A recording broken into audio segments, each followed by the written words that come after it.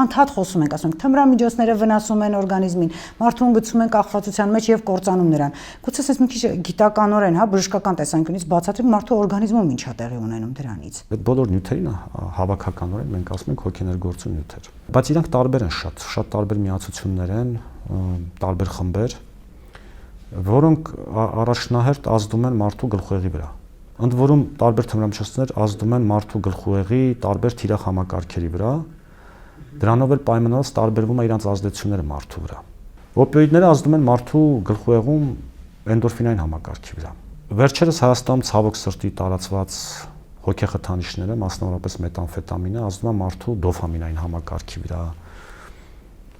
Տարբեր են։ Մարիխուանան կամ մարիխուանան պարունակող տետրահիդրոկանաբինոլը THC շատ հայտնի, ինքը ազդում է մարդու գլխուեղում գտնվող CB1 կանաբինոիդային 1 ընկալիչների վրա։